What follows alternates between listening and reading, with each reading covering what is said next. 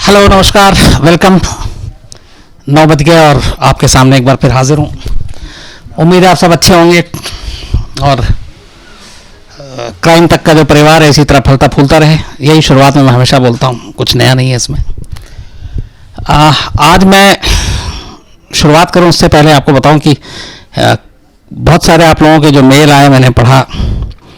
एक हैदराबाद से मेल आया था, मैं अभी बताऊंगा दीपक को। राहुल हरीश, माफ कीजिएगा, राहुल हरीश। उन्होंने लिखा था कि वो अपनी मम्मी के साथ ये क्राइम तक की कहानी सुनते हैं रात 9 बजे, और उन्होंने अपने एक डॉगी का भी जिक्र किया था और मुझे बड़ा अच्छा लगा जो उन्होंने मेल में जिस तरीके से लिखा। तो राहुल साहब, बहुत बहुत थैंक यू वेरी मच। आपने देखा, आपने तारीफ की, और अपनी मम्मी को भी मेरा प्रणाम कहिएगा। रोशन अग्रवाल जी बोल रहे कि सर मैं 9 बजे देख नहीं पाता, मैं कोचिंग टाइम होता, प्लीज़ मेरे को नाम ले लीजिएगा। और रोशन अग्रवाल साहब का ये कहना था कि वो 9 बजे लाइव नहीं सुन पाते, लेकिन चूंकि वो कोचिंग होता है, लेकिन उसके बाद वो रात को ज़रूर देखते हैं पूरा, और कई बार उन्होंने कहा। तो रोशन अग्रवाल साहब, थैंक यू वेरी मच, और आप इसी तरह देखते रहें और क्राइम तक की जो अच्छी चीज़ है उसको बताते रहें, जो बुरी चीज़ है वो भी बताएं, क्योंकि बुरी चीज़ को जानना और उसको दुरुस्त करना ज़्यादा ज़रूरी है। तो वो भी आप बताइए। तो और अच्छा लगा आपका भी। तो बहुत सारे ऐसे लोग हैं जो मेल कर रहे हैं और लगातार बातचीत हो रही है और अच्छा भी लगता है। आज आपने टीजर देखा होगा। कल मैंने आपको कहानी सुनाई थी 26 से 11, माफ कीजिएगा 9/11 की, जो यूएस में हुआ था 2001 में, 17 साल पहले। तो वो पूरी कहानी सुनाने के बाद बहुत सारे लोगों ने लिखा कि ये कहानी के आगे की कुछ चीज़ें थी वो ज़रूर आप बताएं, क्योंकि इसी कहानी से जुड़ी हुई है ओसामा बिन लादेन की मौत की कहानी। तो 9/11 तो ख़त्म हो गया था, वो पूरी कहानी आपको बताई कैसे 19 आतंकवादियों का एक जत्था अमेरिका पहुंचता है, उसके 4 अलग अलग एयरपोर्ट पर वो 4 प्लेन को हाईजैक करते हैं और फिर उसको अलग अलग 4 जगहों पे गिराते हैं, जिसमें करीब 3000 लोगों की मौत होती है, और अमेरिका पर ही अब तक का सबसे बड़ा आतंकवादी हमला था। तो ये सारी कहानी ख़त्म हो गई। अब आगे की कहानी शुरू होती है कि पूरा अमेरिका इस हमले को लेकर एक तरह से एकदम बौखला गया था, और अमेरिका को यकीन ही नहीं हो रहा था कि कभी उसकी धरती पर ऐसी आतंकवादी हरकतें हो सकती हैं, इतने बड़े लेवल पे ऐसी प्लानिंग हो सकती है। तो उसके बाद फिर जांच हुई, तमाम चीज़ें हुई, बहुत सारे नए कानून बने आतंकवाद को लेकर। लेकिन जो सबसे अहम चीज़ थी वो ये थी कि इस हमले के फ़ौरन बाद ये पता चल गया था कि इसके पीछे कौन लोग हैं, और अलकायदा ने बाकायदा क्लेम भी किया। कुछ लोग पकड़े गए बाद में जो दबिश डाली, जिन्होंने सपोर्ट किया था 19 लोगों को अमेरिका में आने में, मदद, रहने में, लॉजिस्टिक सपोर्ट करने में। तो उन लोगों के ज़रिए धीरे धीरे तमाम लोगों के नाम सामने आ चुके थे। तो ये क्लियर हो गया था कि इस सबसे बड़े आतंकी हमले के पीछे ओसामा बिन लादेन का हाथ है, और ओसामा बिन लादेन ही मास्टरमाइंड था। तो अब जाहिर सी बात है कि अमेरिका अब सीधे सीधे ओसामा बिन लादेन के पीछे पड़ता है, और पूरी जो अमेरिका की सीक्रेट सर्विस है, CIA, और जो सुरक्षा एजेंसी है, वो तमाम लोग अब लादेन की तलाश में जुट जाते हैं 2001 से। लेकिन लादेन जो है वो अपना ठिकाना बदलता रहता है, और लादेन तक पहुंचना इसलिए मुश्किल था क्योंकि लादेन न फ़ोन यूज़ करता था, न नेट यूज़ करता था, और उसके जो काम करने का तरीका था वो संदेश वाहक के ज़रिए, अगर उसे किसी तक संदेश पहुंचाना है, किसी से मिलना है, कोई आतंकवादी गतिविधि या जो इस तरह की चीज़ें उसको अंजाम देना है, तो उसके लिए वो टेक्नोलॉजी पे कभी भी बिलीव नहीं करता था, क्योंकि उसे मालूम था कि इसके ज़रिए वो पकड़ा जाएगा। फ़ोन से या नेट के थ्रू आपके लोकेशन को पता किया जा सकता है, और ओसामा बिन लादेन को ये चीज़ अच्छी तरीके से मालूम था, क्योंकि उसकी अपनी इस आतंकवादी संगठन में बहुत सारे इंजीनियर, टेक्नीशियन वो भी थे, और वो पल पल की ये सारी चीज़ें, इंटेलिजेंस की हो या सैटेलाइट्स की हो, वो उसे बताते रहते थे। तो ओसामा बिन लादेन हमेशा संदेश वाहक का इस्तेमाल करता था मैसेज के लिए, मैसेंजर का मतलब, और वो मैसेंजर उसके अपने लोग होते थे। तो यही वजह है कि अमेरिका कभी ओसामा बिन लादेन के ठिकाने को ढूंढ नहीं पाया। वक्त बीतता जाता है, 2001 के बाद अमेरिका पे प्रेशर भी है, लोगों का भी है कि ओसामा बिन लादेन को पकड़ा जाए, उसे सज़ा मिले, और इस चक्कर में 5-6 साल बीत जाते हैं। 5-6 साल तक ओसामा बिन लादेन के अलग अलग ठिकानों के बारे में जानकारी मिलती है। अमेरिका वहाँ पे दबिश भी डालता है, बमबारी भी होती है, कई बार खबर आती है ओसामा घायल भी हो गया हमले में, लेकिन होता कुछ नहीं। हमेशा ओसामा बिन लादेन अपने नए वीडियो ऑडियो के साथ सामने आ जाता और फिर उसकी मौत पे फुल स्टॉप लग जाता। तो अमेरिका की कोशिश जारी थी, पूरी दुनिया के जो अलकायदा से जुड़े हुए लोग थे उन सब पे नज़रें रखे हुआ था, सब कुछ था, लेकिन कोई सॉलिड प्रूफ नहीं मिल रहा था, ओसामा का सही ठिकाना नहीं मिल रहा था। इसी दौरान करीब 6 साल गुजर जाते हैं। 6 साल के बाद 2007 आता है और ग्वांटाना में बे एक क्यूबा के पास जगह है जहाँ पे एक जेल है और वो जेल अमेरिका चलाता है। तो वहाँ बहुत सारे इस तरह के कैदी हैं, आतंकवादी और वो सारे लोग रहते हैं जो हार्डकोर होते हैं, उनको रखा जाता था। तो पहली बार अमेरिका को एक पुख्ता जानकारी 2007 में, यानी कि 9/11 के 6 साल के बाद ओसामा बिन लादेन के बारे में ग्वांटाना में बे से मिलती है। वहाँ पे उस जेल में कुछ जो, चूँकि वहाँ पे कई जेल के अंदर इस तरह के जासूस को भी रखा जाता है, अलग अलग भेष में कुछ जानकारी मिले, तो वहाँ से एक जासूस के थ्रू ये पता चलता है कि ओसामा बिन लादेन मैसेंजर का इस्तेमाल करता है, संदेश वाहक का, कोई भी पैगाम देने के लिए। और ऐसा एक बहुत ख़ास उसका मैसेंजर, उसका नाम, उसका पता, वो उन्हें मिलता है। अब ये अमेरिका के लिए बहुत बड़ी कामयाबी थी, क्योंकि उसको ये था कि अगर उस मैसेंजर तक पहुंच जाए और उसकी ऊपर नज़र रखें, उसकी निगरानी करें, तो उससे होते हुए ओसामा बिन लादेन तक पहुंचा जा सकता है। तो अब ये खबर बहुत अच्छी खबर थी। फ़ौरन टीम लगती है उस मैसेंजर को ढूंढने के लिए, और जिससे पता चलता है उसमें सिर्फ ये थी कि वो एक जगह पे नहीं मिलेगा, लेकिन उसने कुछ लोकेशन बताए। अब उसके थ्रू जो सीक्रेट सर्विसेज के लोग हैं यूएस के, वो तमाम लोग उस मैसेंजर को ढूंढना शुरू कर देते हैं। 2007 में ये जानकारी मिलती है, लेकिन 9 आ जाता है। 2 साल तक सिर्फ तलाशी चलती रहती है, पर वो उस संदेश वाहक तक नहीं पहुंचते। कोशिश जारी थी, कभी मायूसी आती, कभी नाउमीदी आती, और इस दौरान में बाकी जो यूएस ट्रूप्स और बाकी सब थे वो अफ़गानिस्तान की पहाड़ियों में, अलग अलग बंकरों में, जहां उन्हें ज़रा सा भी शक होता वहां ओसामा बिन लादेन की छानबीन तलाश शुरू कर दे, क्योंकि ओसामा बिन लादेन तब तक 2001 के बाद से ज़्यादातर अफ़गानिस्तान की पहाड़ियों में ही रहा और बंकरों में रहा करता था। तो और बंकर में रहने की एक वजह ये थी कि वो सेटेलाइट से के इमेजेस से भी बचना चाहता था। तो इधर अमेरिका लगातार अफ़गानिस्तान की पहाड़ियों में खाक छान रही है, उधर संदेश वाहक नहीं मिल रहा। करते करते 2 साल गुजरते हैं और 2009 में अचानक एक बड़ी कामयाबी मिलती है। जिस संदेश वाहक की बात की गई थी उसका पता चल जाता है, और उसके एक भाई का भी पता चल जाता है, और पता चलता है कि ये लोग पाकिस्तान में हैं, और पाकिस्तान में भी इस्लामाबाद में है। अब ये एक बड़ी कामयाबी थी सीक्रेट सर्विसेज के लिए।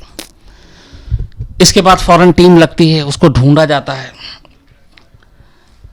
ढूंढने के बाद ये दोनों मिल जाते हैं। अब इनकी निगरानी शुरू होती है।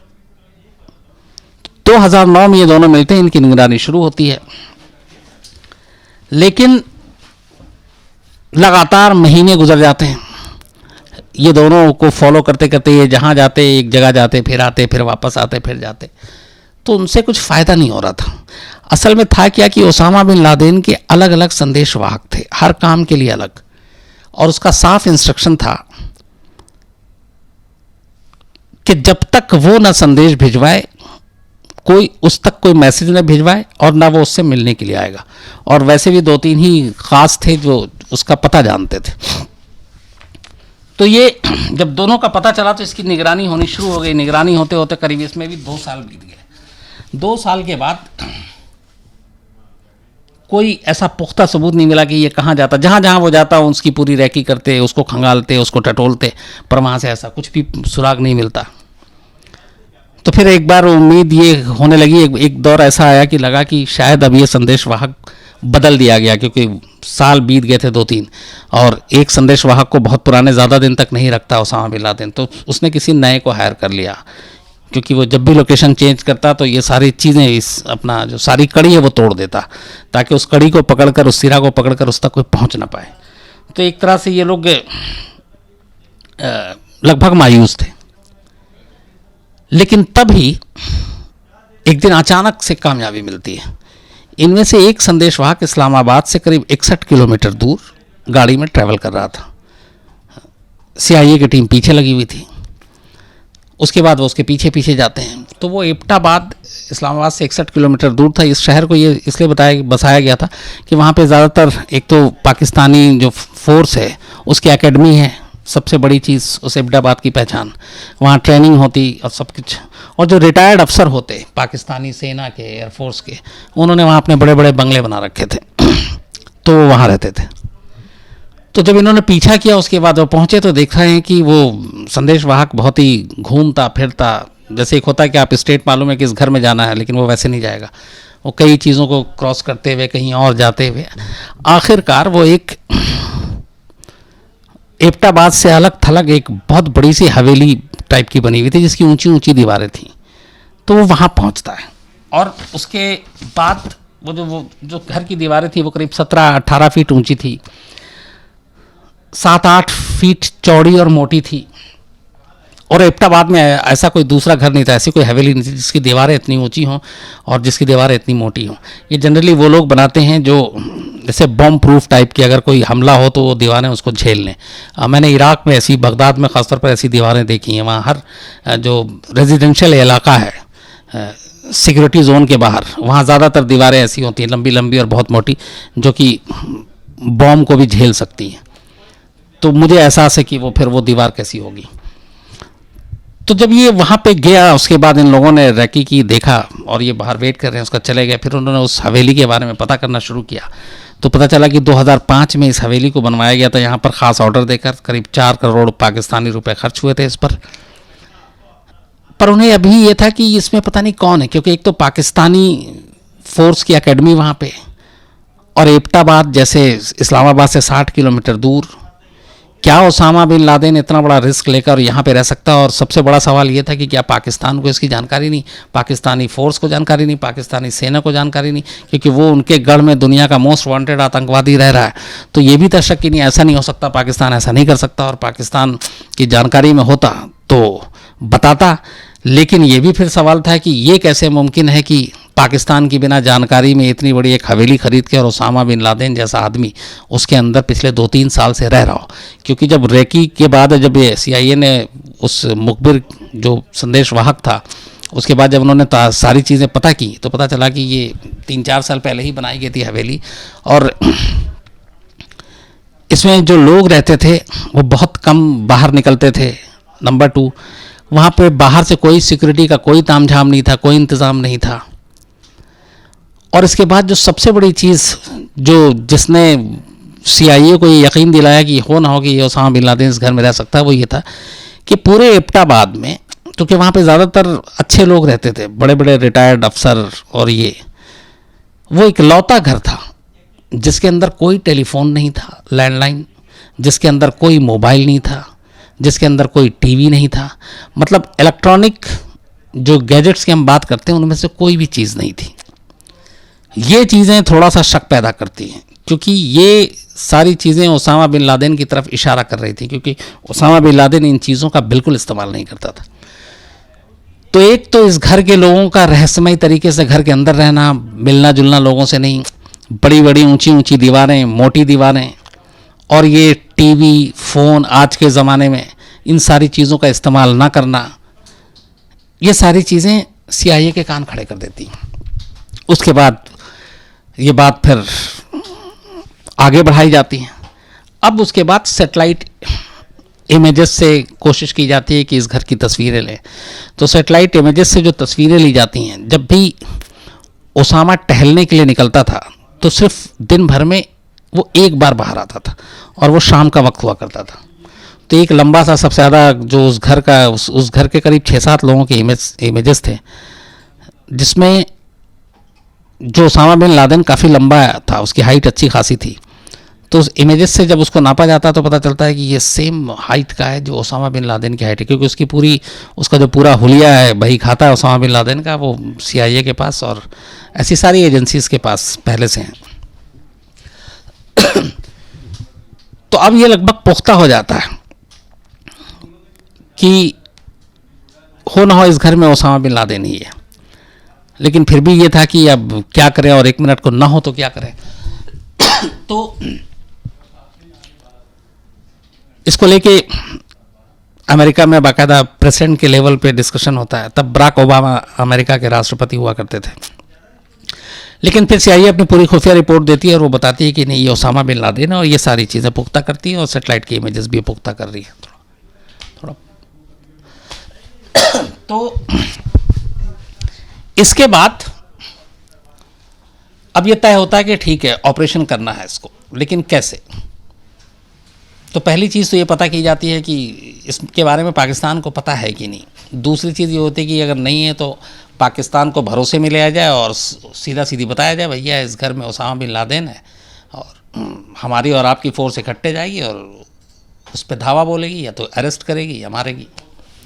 लेकिन इसमें ख़तरा ये था कि जो उनमें से बहुत सारे लोगों ने बताया कि अगर ये पाकिस्तान को ये बात पता चल गई और उनके साथ शेयर कर लिया तो बहुत मुमकिन है कि ये बात ओसामा बिन लादेन तक पहुंच जाए, और इससे पहले कि हम कोई ऑपरेशन करें ओसामा बिन लादेन को भनक लग जाए और वो वहाँ से निकल भागे और फिर मुश्किल से हाथ आएगा। तो तय होता है कि पाकिस्तान को भरोसे में इसमें नहीं लिया जाएगा और उससे कोई शेयर नहीं करेंगे ये बात। तो अब सवाल ये है कि दूसरे मुल्क में घुस के कैसे ऑपरेशन करेंगे और इसका अंजाम क्या होगा। तो होता है कि नहीं, करना है तो अकेले करना। तो पहला आता है कि ड्रोन अटैक करते हैं इस हवेली के ऊपर जिस घर में। अच्छा, ड्रोन अटैक जो करते हैं उसका टारगेट बहुत ही एकदम 110% परफेक्ट होता है। जो निशाना आप लेते हैं, जहाँ पे आपको गिराना है वहीं पे गिरेगा और वो सारी चीज़ होंगी। लेकिन फिर भी ये जब बात बराक ओबामा तक पहुँचती है, बराक ओबामा तक, तो ये होता है कि नहीं, अगर इसमें ज़रा से भी गलती की गुंजाइश हुई और ड्रोन से, चूँकि घर के ऊपर वहाँ पे और भी आबादी है, तो बहुत ज़्यादा नुकसान होगा। इससे अमेरिका की दुनिया में बहुत ज़्यादा फजीहत हो जाएगी। तो ड्रोन का रिस्क लेना ठीक नहीं है। ऑपरेशन ऐसा हो जिसमें टारगेट सिर्फ वही हवेली हो और उस हवेली के अलावा और किसी को कोई नुकसान ना पहुंचे। अब सवाल ये है कि ड्रोन भी नहीं है, पाकिस्तान को भरोसे में भी नहीं लेंगे, पकड़ना भी है, मारना भी है, तो कैसे मुमकिन होगा। तो फिर इसके लिए एक तैयार किया गया जो अमेरिका की बेस्ट फोर्स है, SEAL 6, जो ज़मीन, आसमान, पानी, समंदर, जिसमें कहते हैं हर हालात में, जंगल में वो लड़ना जानते हैं, वो हर चीज़ का मुकाबला करना जानते हैं। तो SEAL 6 के 24 कमांडो को तैयार किया गया आनन फानन में, और उसके बाद ये हुआ कि यही जाएंगे और स्पेशल चॉपर से जाएंगे और रात को ये ऑपरेशन को अंजाम देकर वापस आ जाएंगे। अब ये स्पेशल चॉपर इसलिए कि एक तो ये बहुत कम हाइट पे उड़ सकती है, इसकी आवाज़ बहुत कम होती है, बाकी हेलीकॉप्टर के मुकाबले वो उसकी आवाज़ बहुत ज़्यादा होती है। तो ये सारी चीज़ें हुई, उसका पूरा एक ब्लूप्रिंट तैयार किया गया। तो कहा गया कि ये ज़्यादा ठीक है। इसके बाद फिर 3 चॉपर तैयार किया जाता है और तय ये होता है कि इनका सबसे जो नियरेस्ट बेस था US का, अफ़गानिस्तान में ऑलरेडी इनका आर्मी बेस है, तो बरगाम एयर बेस US का जो था, वहाँ से रात को ये 3 चॉपर में 24 SEAL कमांडोज निकलते हैं और रात के अंधेरे में फिर जो पहला है चॉपर था वो उस हवेली के छत के ऊपर मंडराता है और तभी अचानक उसके इंजन में कुछ प्रॉब्लम आ जाती है।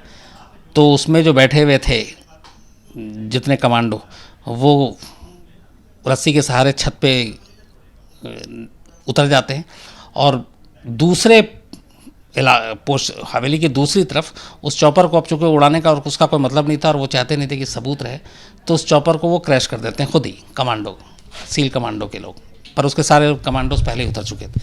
तो जब उसको क्रैश करते हैं तो बहुत तेज़ आवाज़ होती है, धुआं उठता है, आग के शोले उठते हैं। तब तक जो दूसरा चॉपर था उससे नीचे कमांडो उतरे थे और तीसरा चॉपर सिर्फ उसके ऊपर मंडरा रहा है और रात के अंधेरे में कोई रोशनी नहीं, कुछ नहीं, आवाज़ भी नहीं। और उसके बाद इन्हें पता था कि साफ इंस्ट्रक्शन था कि घर में जितने भी लोग हों उन्हें सीधे मार देना है। थोड़ी देर के बाद सीधे शूट आउट गोली होती है वहाँ पे, चलती है, और उस घर में जितने भी लोग थे वो मारे जाते हैं। 2 गोली ओसामा बिन लादेन को मारी गई थी, सर में और सीने में। सर का आधा हिस्सा ओसामा बिन लादेन का लगभग बाहर आ गया था। उसके बाद वो फ़ौरन, उनके पास सारी चीज़ें थी, वो फेशियल रिकॉग्निशन के ज़रिए देखते हैं कि ये ओसामा बिन लादेन ही है। फिर वहाँ पे सारी खबरें दी जाती है। उसके बाद ये उसी तेज़ी से बाकी सबको छोड़कर ओसामा की डेड बॉडी को उठाते हैं, चॉपर में डालते हैं, और 2 चॉपर के साथ ये वापस बरगाम एयरबेस एबटाबाद से उड़कर पहुंचते हैं। इस पूरे ऑपरेशन में 1 और 2 मई 2011 की रात को ये जो ऑपरेशन हुआ था, कुल 40 मिनट लगे थे। मतलब 40 मिनट उस एबटाबाद से बरगाम, मतलब बरगाम से एबटाबाद उनको आने में, मारने में, डेड बॉडी उठाने में और ले जाने में। उसके बाद घर से कुछ ज़रूरी चीज़ें भी एबटाबाद की ये कमांडोज उठा के ले जाती है। उस घर में कुछ दवाएं थीं, और जिससे ये पता चला था कि ओसामा बिन लादेन इधर बीमार है, उसको किडनी की प्रॉब्लम थी। तो जब ये वापस वहाँ पे पहुँचते हैं सेफ़, उसके बाद जाहिर सी बात इधर एबटाबाद में हलचल मचती है, फिर लोग पहुँचते हैं, लेकिन वो सारी चीज़ें डिस्ट्रॉय कर गए थे। उस चॉपर को भी पूरी तरह से डिस्ट्रॉय कर गए थे। जो बचा कुचा मलबा था उसके ऊपर भी उन्होंने बम मारकर उसको पूरी तरह से निशानी मिटा दी, ताकि अमेरिकन सोल्जर या अमेरिकन चॉपर की कोई निशानी या कोई सबूत वहाँ ना बचे। इसे आज भी कहते हैं वर्ल्ड का, मतलब वैसे तो बहुत सारे ऑपरेशन हैं, पर उन सारे बेस्ट ऑपरेशन में से एक इसको माना जाता है। खैर, इसके बाद जब बरगाम पहुंचते हैं तो उसके बाद अब वो तसल्ली से सारी चीज़ें देखते हैं, फिर उसके सैंपल भी लेते हैं DNA वेने के लिए, और जब वो कंफर्म हो जाता है कि हाँ ये ओसामा बिन लादेन ही है सब कुछ, फिर ये तय होता है कि इसका क्या करें। इसके बाद 2 चीज़ें यहाँ पे आती हैं। एक ये कि पाकिस्तान को कहा गया था कि आप इसकी बॉडी लेंगे, लेकिन उससे पहले सऊदी अरब को, क्योंकि ओसामा बिन लादेन सऊदी अरब का नागरिक था, शहरी था, तो सऊदी अरब ने लेने से मना कर दिया। पाकिस्तान हाथ नहीं डालना चाह रहा था, और अमेरिका भी नहीं चाहता था कि ओसामा बिन लादेन की किसी को बॉडी दें और कहीं कब्र बने और लोग उस पर कब्र को एक निशानी बना लें, और जितने जिहादी और आतंकवादी हैं वो उस जगह की, मतलब एक तरह से वो कर लें, उसको एक मान्यता दे दें। तो फिर अमेरिका ने कहा यह जाता है कि पूरी मुस्लिम रीति रिवाज के हिसाब से समंदर में बाकायदा एक ताबूत में वो ओसामा बिन लादेन की बॉडी को रखने के बाद और इस्लामिक रीति रिवाज से समंदर में ले जाकर दफना दिया। मतलब एक गुमनाम जगह पे समंदर में ले जाकर उसने उसको दफना दिया, और वो जगह आज भी किसी को पता नहीं कहाँ, सिर्फ इसलिए ताकि किसी को पता ना हो कि ओसामा बिन लादेन को कहाँ दफन किया गया था। तो इस पूरी कहानी में यह है कि 2001 में 9/11 हुआ, उसके बाद 10 साल तक अमेरिका ओसामा बिन लादेन की खाक छानती रही, और कैसे कैसे संदेश वाहक के ज़रिए वहाँ और यहाँ वहाँ पीछे, लेकिन वो मिला नहीं। आखिरी में मिला तो सिर्फ 2, और जिससे बचने की कोशिश की थी ओसामा बिन लादेन ने हमेशा, कि कोई ऐसा मुखबिर ना हो, कोई ऐसा इलेक्ट्रॉनिक गैजेट नहीं हो, फ़ोन इस्तेमाल नहीं करना है, टीवी, ये सारी चीज़ें, इंटरनेट, ये सारी चीज़ें नहीं करनी है। लेकिन आखिरी में ये कि ये भी एक मजबूरी थी कि आप हर तरह से इंसानों से कट के नहीं रह सकते, कहीं ना कहीं आपको ज़रूरत पड़ेगी। और ये जो 2 मुखबिर थे जिसने अमेरिकन खुफिया एजेंसी को इस्लामाबाद से एबटाबाद तक पहुंचाया, वो उसके 2 संदेशवाहक थे, मुखबिर थे, जो आखिरी में ओसामा बिन लादेन की मौत की वजह बनी। लेकिन इन तक पहुंचने में भी अमेरिका को 10 साल लगे, और 10 साल की अथक मेहनत के बाद तब कहीं जाकर अमेरिका का बदला हुआ, 9/11 का जो बदला है वो पूरा हुआ, और ओसामा बिन लादेन की कहानी ख़त्म हुई। तो ये थी पूरी कहानी। इस पर फिल्में भी बनी हैं, और अभी हाल में कुछ एक रिपोर्ट भी और भी आई है, और बीच बीच में कुछ इसके बारे में रिपोर्ट आती रहती है। और दूसरी बात यह है कि जो इसमें सारे कमांडोज जिन्होंने हिस्सा लिया था SEAL 6 की टीम के, उनमें से ज़्यादातर को गोपनीय रखा गया, उनको उनके नाम और वो सारी चीज़ें सामने नहीं लाई गई, इसलिए कि उनकी जान को ख़तरा हो सकता है बदला लेने के लिए। तो ये सारी चीज़ें 2 पार्ट में, कल मैंने आपको बताया था 9/11 कैसे हुआ, 9/11 का आइडिया कहाँ से आया था ओसामा बिन लादेन को, उसको इम्प्लीमेंट कैसे किया, उसकी ट्रेनिंग कैसे हुई, और किस तरीके से हमले को अंजाम दिया गया, और 9/11 की ही वजह से फिर किस तरह से ओसामा बिन लादेन अमेरिका के निशाने पर आया, और अमेरिका ने आखिरकार उससे बदला लिया। तो पूरी कहानी आपको सुना चुका। अब आप मुझसे सवाल पूछ सकते हैं। और शुरुआत में जैसा मैंने कहा था कि बहुत सारे लोगों ने मुझे मेल करके कहा था, जिस तरीके से मैंने हैदराबाद का आपको जिक्र किया, बाकी लोगों का, तो इस पे बाकायदा मैंने वारदात पे भी कई शो बनाए थे और उसमें ये सारी कहानियाँ थी। तो लेकिन एक चीज़ ये इसमें मानना पड़ेगा कि जो इंटेलिजेंस होता है उसमें धैर्य की बड़ी ज़रूरत होती है। मतलब एक मुखबिर तक पहुंचने में आपको 2-2 साल लग जाते हैं और आपको पेशेंस रखना पड़ेगा, क्योंकि ये काम ही ऐसा है। और इसी ऑपरेशन के बाद हमेशा ये सवाल उठता है जो हम लोग भी उठाते हैं, आप लोगों ने भी कई बार पूछा है कि क्या इसी तरह का ऑपरेशन करके, जिस तरह अमेरिका ने एबटाबाद में किया, हम लोग कराची में नहीं कर सकते। कराची का मतलब आप समझ गया, कराची में एक ही है अपना मोस्ट वांटेड दाऊद इब्राहिम। तो कहते हैं कि 1-2 बार ये कोशिश की कराची में, फोर्स के ज़रिए नहीं, इस तरह नहीं जैसे उनके कमांडो थे, हमारे कमांडो चले गए, पर कुछ लोगों के ज़रिए, जैसे पाकिस्तान के ही कुछ लोगों को हायर करके, अपने कुछ लोगों को यहाँ से भेज करके अनऑफिशियली ऑफ द रिकॉर्ड, लेकिन वो मिशन कामयाब नहीं हुआ। और मुझे किसी ने ये कहा था कि ऐसी कोशिशें लगातार जारी रहती हैं। मतलब अभी हम लोग बात कर रहे हैं, शायद इस वक्त भी कोई ऐसी मिशन, ऐसी प्लानिंग, ऐसी चीज़ें हो रही हों, तो ये होती रहती है हर मुल्क के बीच में। सर, इंडियन पुलिस क्राइम तक सब्सक्राइबर हैं, सर वो बोल रहे हैं क्या उसामा बिन लादेन की मौत के बाद अल-कायदा का अंत हो गया है? इंडियन पुलिस क्राइम तक, नमस्ते, आपका सवाल है कि क्या उसामा बिन लादेन की मौत के बाद अल-कायदा का ख़ात्मा हो गया। उसामा की मौत के बाद अल जवाहिरी को बनाया गया था नंबर 2, लेकिन फिर अल जवाहिरी की भी मौत की खबर आ गई। अब इस वक्त अगर मैं अल-कायदा की बात करूं तो अल-कायदा में कोई ऐसी लीडरशिप है नहीं, और हालांकि इसी का एक पार्ट था अबू बकर अल-बगदादी भी, वो अल-कायदा से ही निकला और इराक़ में अल-कायदा का वो सरगना हुआ करता था। लेकिन उसामा की मौत ने एक तरह से अल-कायदा को पूरी तरह से ख़त्म ही कर दिया। अब उसके बाद उस तरीके की प्लानिंग या पैसे, साथियों को उसामा के पास पैसे ही बहुत थे, वो चीज़ बची नहीं।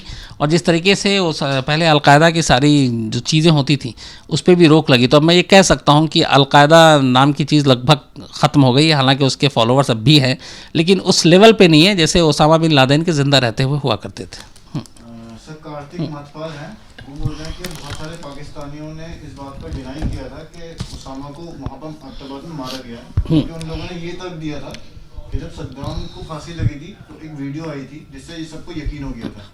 तो उसामा के टाइम पे जो वीडियो बनाई गई थी वो क्यों वायरल नहीं करी गई? कौन है ये? सर, ये है कार्तिक मतवाल जी। इनका सवाल ये है कि पाकिस्तानियों ने हमेशा इनकार किया कि एबटाबाद में ऐसा कोई ऑपरेशन नहीं हुआ, उसामा को नहीं मारा गया। जैसे सद्दाम हुसैन को फांसी दी गई तो वीडियो आया था फांसी का,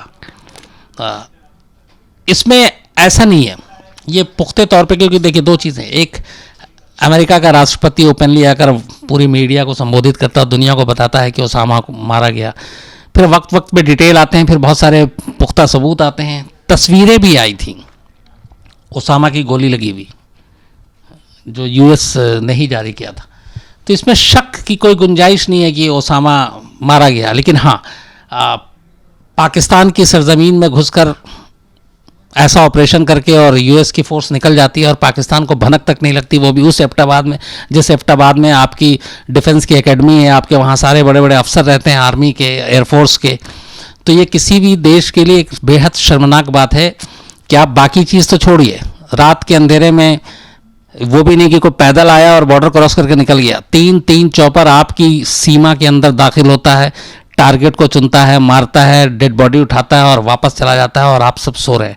तो ये कोई भी देश इस तरह की चीज़ों को एक्सेप्ट नहीं करेगा। पाकिस्तान की मजबूरी यही है और वो नहीं कर सकता है इस चीज़ को मानने। नंबर 1। नंबर 2, इसको मानने का फिर मतलब है कि एक दूसरी उंगली उठना, और वो ये कि आपके मतलब दुनिया का मोस्ट वांटेड आतंकवादी 3 साल से आपके एबटाबाद में ही छुपा बैठा हुआ और आपको ये तक भनक नहीं। फिर सवाल ये है कि ये पूरा आर्मी का एरिया है, तमाम बड़े लोग यहाँ पे रह रहे हैं और इन चीज़ों से भी आप वाकिफ़ नहीं हैं, या फिर यह है कि आपको पता था कि ओसामा बिन लादेन यहाँ रह रहा है और आपने इसको दुनिया से छुपाया।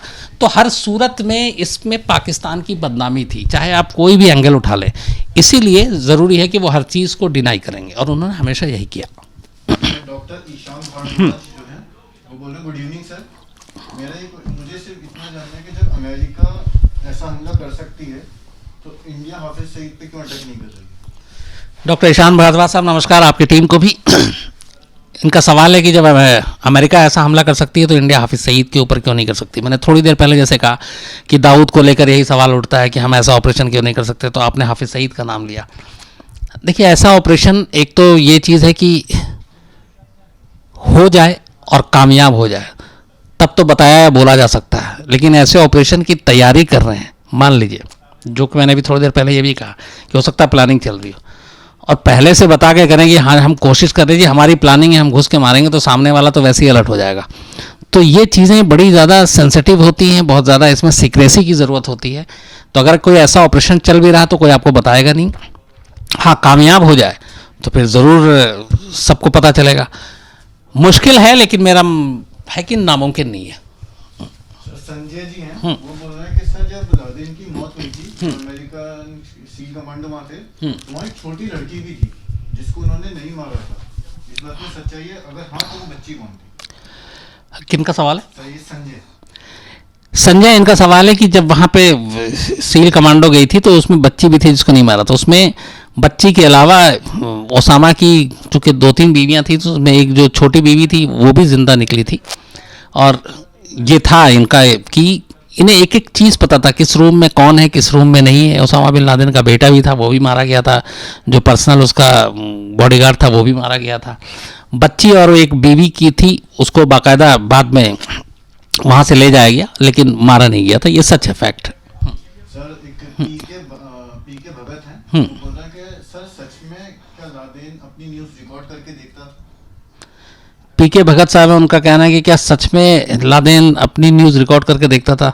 अब भगत साहब, मैं पूरी माफ़ी के साथ कहूँगा कि इस बारे में सच में मुझे कोई जानकारी नहीं है। मतलब ये मैं अभी आपसे सुन रहा हूँ, लेकिन मैं इसके बारे में पता करूँगा और जिस दिन पता चलेगा मैं आपके पास ज़रूर वापस आऊँगा और इस बारे में आपको जवाब भी दूँगा।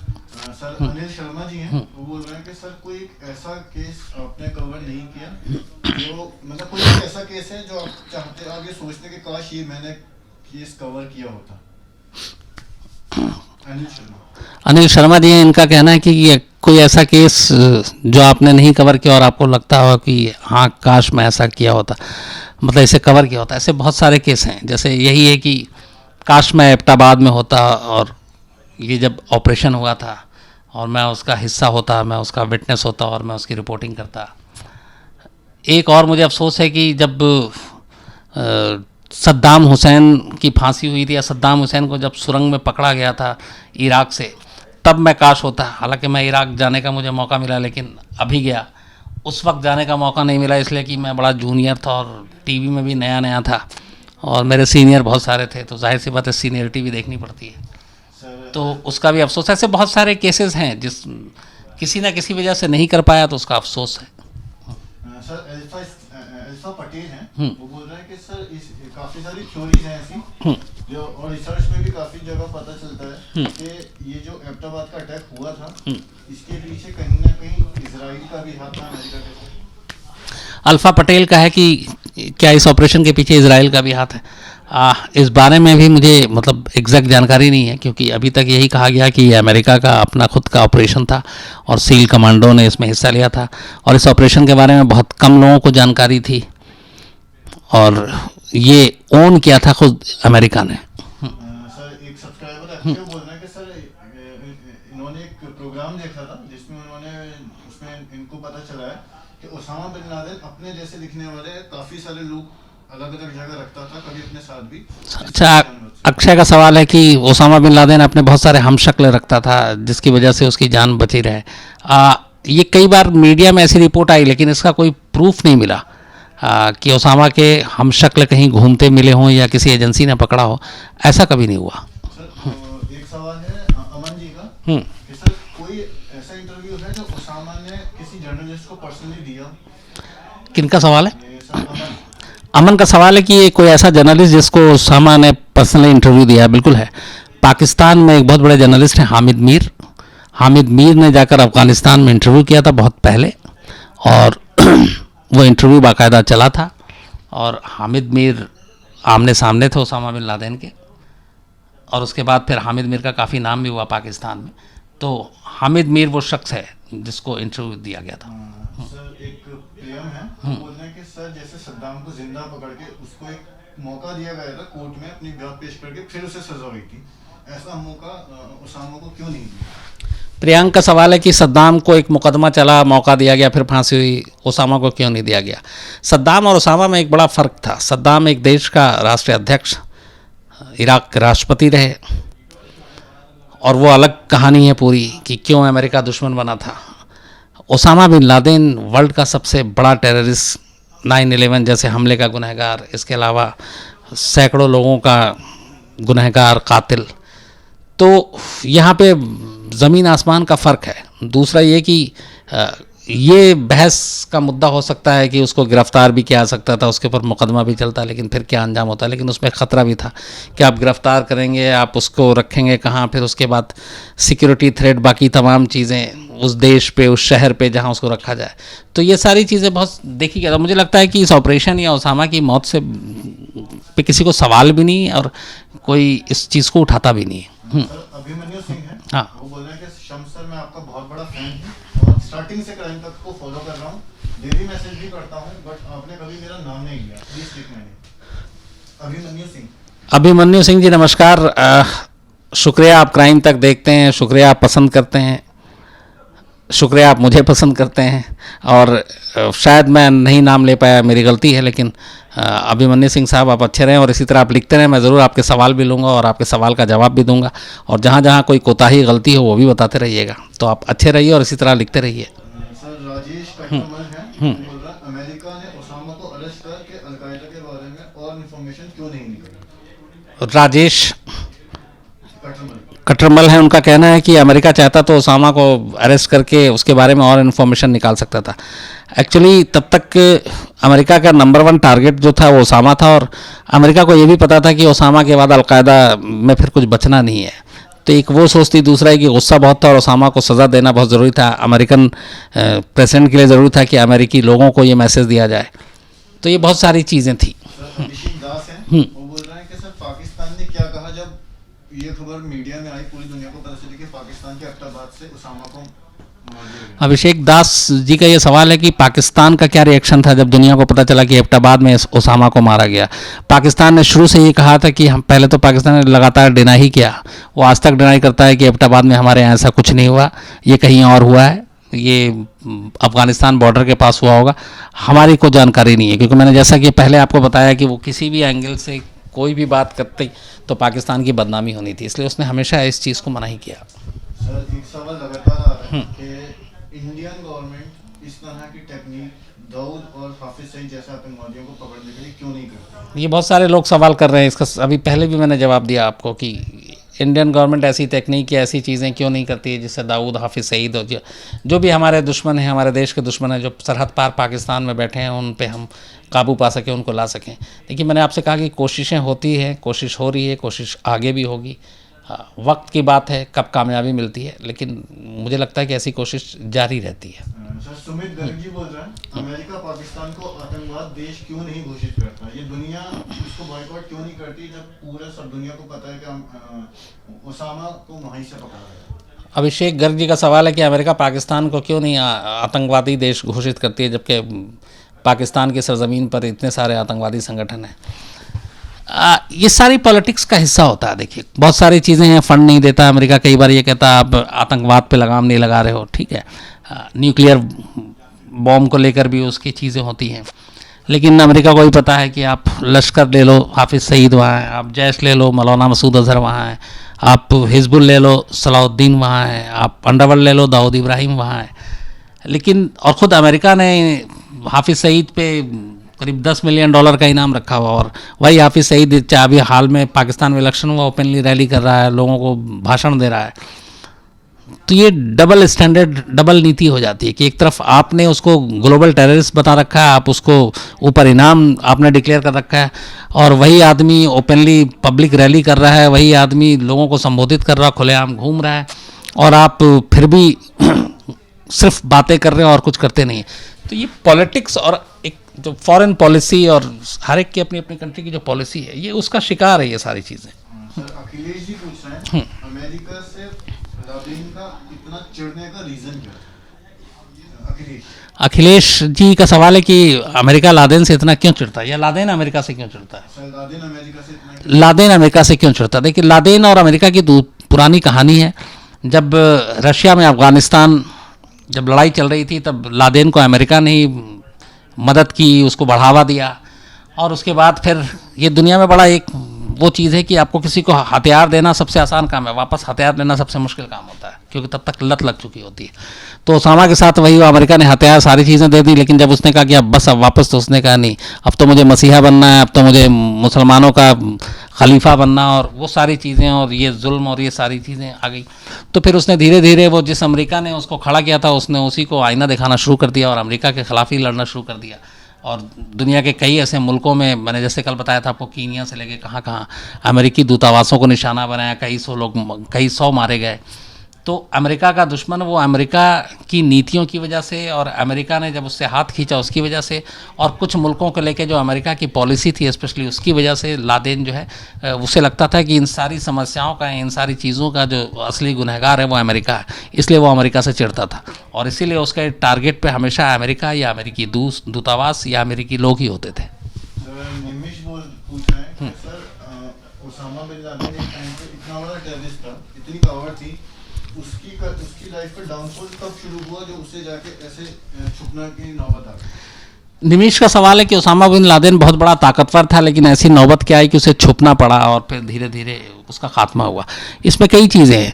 एक तो ओसामा 9/11 के बाद ओसामा हिट लिस्ट पे था, अमेरिका को किसी भी तरह से उसको बदला लेना था, अमेरिकी जनता को उसको भरोसा दिलाना था, और इस वजह से उसकी जो घेराबंदी है वो ज़्यादा कड़ी हो गई थी। फिर धीरे धीरे चूँकि वो अफ़गानिस्तान की पहाड़ियों में और बंकरों में घूमते घूमते ओसामा की तबीयत भी बिगड़ने लगी थी, और ओसामा को किडनी की प्रॉब्लम थी, बल्कि ये भी कहते हैं कि किडनी ख़राब हो चुका था, दूसरा भी ख़राब होने वाला था। तो ये सारी प्रॉब्लम, फिर शुगर, तो वो सारी चीज़ों की वजह से वो डेली रूटीन के काम में इन्वॉल्वमेंट उसका धीरे धीरे कम होने लगा था 2000। और ये कहते हैं कि एबटाबाद उसके आने की एक सबसे बड़ी वजह ये भी थी कि मेडिकल हेल्प, क्योंकि अफ़गानिस्तान में और उन पहाड़ियों पे उसका इलाज ठीक से नहीं हो सकता था, तो एबटाबाद में जहाँ पे वो था वहाँ पे उसका मेडिसिन से लेके बाकी सारी चीज़ें वो ईज़िली हो सकती थी। तो यहीं पे ये भी एक शक हमेशा उठता रहा है कि अगर उसे मेडिकल हेल्प चाहिए थी या उसका ऑपरेशन हुआ या कुछ और चीज़ें थी एबटाबाद में, तो भी क्या पाकिस्तानी हुकूमत, पाकिस्तानी आर्मी इन चीज़ों से अनजान थी और उसके नाक के नीचे ये सब हो रहा था। तो ये बहुत सारे सवाल उठते हैं। लेकिन उसकी हेल्थ का जो इशू था उसकी वजह से वो धीरे धीरे रूटीन के अलकायदा के काम से दूर होता जा रहा था, और उसकी वजह से अलकायदा पे भी असर पड़ रहा था। और दूसरी तरफ उधर सख्ती घेराबंदी हो रही थी अमेरिका की। तो ये सारी चीज़ें मिलाकर उसकी मौत और उसके डाउनफॉल दोनों वजह बनी। सर विनय कहते हैं और सैटेलाइट इमेजेस का कितना रोल था लादेन को टारगेट करने में, और 14 पाकिस्तानी रडार में डिटेक्ट क्यों नहीं हुए? विनय कार्दे का दो सवाल है कि एक तो सैटेलाइट इमेजेस कितना कारगर साबित हुआ लादेन को पकड़वाने में या मारने में, दूसरा ये कि चॉपर वहाँ के जो पाकिस्तान की इसके रडार पे क्यों नहीं आया गया। मैंने आपको बताया कि ये बहुत ही हाई फाई इनका हेलीकॉप्टर था जो अफ़गानिस्तान के बरगाम एयरबेस से उड़ा था। इसकी एक खासियत ये थी कि ये जो रेडार पे एक ख़ास हाइट पे ही आ सकता था, तो और ये बहुत नीचे लो उड़ा रहे थे, तो वो रेडार से बच गया। नंबर 2, इसके अंदर बहुत सारे ऐसे एंटी डिवाइस थे जिससे ये बच सकते थे, और इस चॉपर की खासियत ये है, इसलिए इसको स्पेशल ऑपरेशन में ही इस्तेमाल किया जाता है। तो रेडार पे उस वजह से नहीं आ पाए, चकमा दिया। और नंबर 2, सैटेलाइट इमेजेस ने ये बताया था कि हाँ, इस घर में जो टहलता है शाम को शख्स, उसकी हाइट, बाकी उसकी सारी चीज़ें वो मैच करती हैं। तो सैटेलाइट इमेज ने भी काफ़ी मदद की थी CIA की ये यकीन दिलाने में कि ये बंदा ओसामा बिन लादेन ही है। सर अखिलेश आनंद हैं, वो बोल रहे हैं कि अमेरिका और ओसामा के ये सारी चीज़ें होने के बाद इस टाइम पे आतंकवाद की क्या सिचुएशन है? अभिषेक आनंद का सवाल है कि अब ओसामा मारा गया, उसके बाद अब आतंक के क्या सिचुएशन है ना? अफगानिस्तान और पाकिस्तान देख, अफगानिस्तान और पाकिस्तान में ओसामा बिन लादेन तो नहीं है, अलकायदा अभी बिल्कुल कमज़ोर पड़ चुका है, बल्कि कोई उनका इस तरह का लीडर नहीं है। लेकिन हाँ, जो पाकिस्तान में तहरीक तालिबान है या जो बाकी दूसरी कट्टर संगठनें हैं वो तो अभी सक्रिय हैं। अफगानिस्तान में भी जो तालिबान का विद्रोही गुट है वो सक्रिय है, और इसीलिए आप जब तब देखते हैं कभी काबुल में, कभी कहीं ब्लास्ट की खबरें आती रहती हैं। तो जो बाकी वहाँ पे गुट है वो सब सक्रिय हैं, लेकिन अलकायदा जो है वो बहुत कमज़ोर हो गया। लेकिन तालिबान के बारे में अभी हम ये नहीं कह सकते। ख़ासतौर पे पाकिस्तान का जो तहरीक तालिबान है, जिसका बैतुल्ला महसूद और फजलुल्लाह ये सारे लोग जिसमें रहे, और ये बड़े ही जल्लाद टाइप के सारे लोग, तो उसकी वजह से अभी भी उथल पुथल इन दोनों जगहों पे है, पूरी तरह से शांत नहीं हुआ है। सर ऐश्वर्या वाजपेयी हैं, वो बोल रही है सर अभी दुनिया में सबसे बड़ा आतंकवादी संगठन कौन सा है जिससे सबको खतरा हो सकता है? ऐश्वर्या वाजपेयी जी का ये सवाल है कि इस वक्त दुनिया में कौन सा ऐसा आतंकवादी संगठन है जिससे सबको खतरा हो सकता है। देखिए, एक अच्छी चीज़ ये है कि अलकायदा के ख़ात्मे के बाद, ओसामा की मौत के बाद 2013 से अचानक एक ISIS नाम की चीज़ हमारे सामने आई। इसको दुनिया ने तब जाना जब इसने कैमरे पे गला काटना शुरू किया। पहला नाम आया था IS, मतलब इस्लामिक स्टेट। तो बगदादी ने जब ये शुरू किया, अबू बकर अल बगदादी जो ISIS का अपने आप को खलीफा कहता है, तो इसने इस्लामिक स्टेट बनाया था। तो उसका ये था कि इराक के एक हिस्सा है और इराक को अब इस्लामिक स्टेट बनाएंगे। लेकिन फिर धीरे धीरे इसका दबदबा बढ़ता गया तो ये सीरिया तक पहुंच गया। तो IS इस्लामिक स्टेट, उसके बाद इसने IS उसमें और जोड़ दिया, तो Islamic state of Iran, Iraq and Syria हो गया।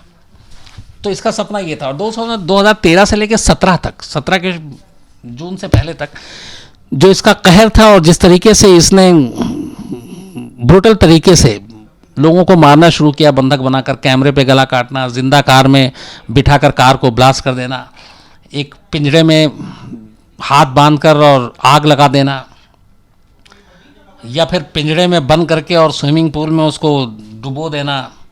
तो ये जो मौत के अलग अलग तरीके थे, न सिर्फ इस तरह से मौत देना बल्कि उसकी वीडियो बनाना और पूरी दुनिया में उसको सर्कुलेट करना, इन चीज़ों ने बताया था कि ये बगदादी और इसके लोग जो है वो सबसे ज़्यादा मतलब खूंखार लोग हैं, दरिंदे टाइप के लोग हैं। तो 5 साल इनकी दहशत चली, लेकिन अब शुक्र है कि ये 2017 जून के बाद जब आखिरी शहर मोसुल से भी ये खदेड़े गए और फिर बगदादी की मौत की खबर भी आई, हालांकि अब फिर उसका नया वीडियो आ गया, लेकिन कोई ऐसी बड़ी वारदात नहीं हो रही। तो एक ISIS से खतरा था, और इसने जिस तरीके से यूरोपियन कंट्री को एक एक कर निशाना बनाना शुरू किया था, कई जगह पे आतंकवादी हमलों को अंजाम दिया, तो लगा कि बगदादी जो है वो अब ओसामा बिन लादेन की विरासत को ही आगे बढ़ा रहा, आतंक की जो विरासत है। लेकिन खैर उस पर रोक लगी। तो इस वक्त अगर मैं कहूँ तो ISIS की भी अब वो ताकत नहीं रही जो अब से 2 साल पहले तक हुआ करती थी। तो ये दोनों चीज़ें जो हैं अब ख़त्म हुई, और अभी ऐसा कोई मुझे नहीं लगता कि इतना बड़ा या इतना खूंखार है जो अलकायदा और ISIS के ऊपर हो। तो इस पे ये मतलब शुक्र की बात है हम लोगों के लिए। दूसरा ये कि आज वारदात 11 बजे आप ज़रूर देखिएगा, उसमें एक नए बाबा आए हैं। आपने अब तक तमाम फर्जी बाबा, धोखेबाज बाबा, पता नहीं सब तो देखे होंगे। ये कमाल के बाबा हैं इसलिए कि इसमें खोदा था आशू महाराज और निकला है आसिफ खान। मतलब एक बाबा हैं जो आशू महाराज के नाम से जाने जाते थे, पता चला कि भैया उनका नाम तो आसिफ खान है। तो इंटरेस्टिंग स्टोरी है, देखिएगा। और कल आपसे रात 9 बजे मुलाकात होगी नई कहानी के साथ। लेकिन जाने से पहले एक सरप्राइज़ देता हूँ, क्योंकि आप लोग इतना प्यार करते हैं और हमेशा एक नाम ज़रूर भेजते हैं क्राइम तक में, है ना, कि वो कहाँ है कहाँ है कहाँ है, और देखिए वो कहाँ है कहाँ है कहाँ है। तो विक्रांत गुप्ता यहाँ है। क्राइम तक के दर्शकों को कुछ कहिए था। और मैच जो मुझे तो लगा था कि पहले जीत रहे हैं, लेकिन अब क्या हो। शर्स में लेकिन जो भी अगर ये मैच इंडिया हार जाएगा ना, मुझे तब भी दुख नहीं होगा, क्योंकि आज आपको 2 लड़कों ने ये बताया है कि जो हो गया, आगे हम में दम है।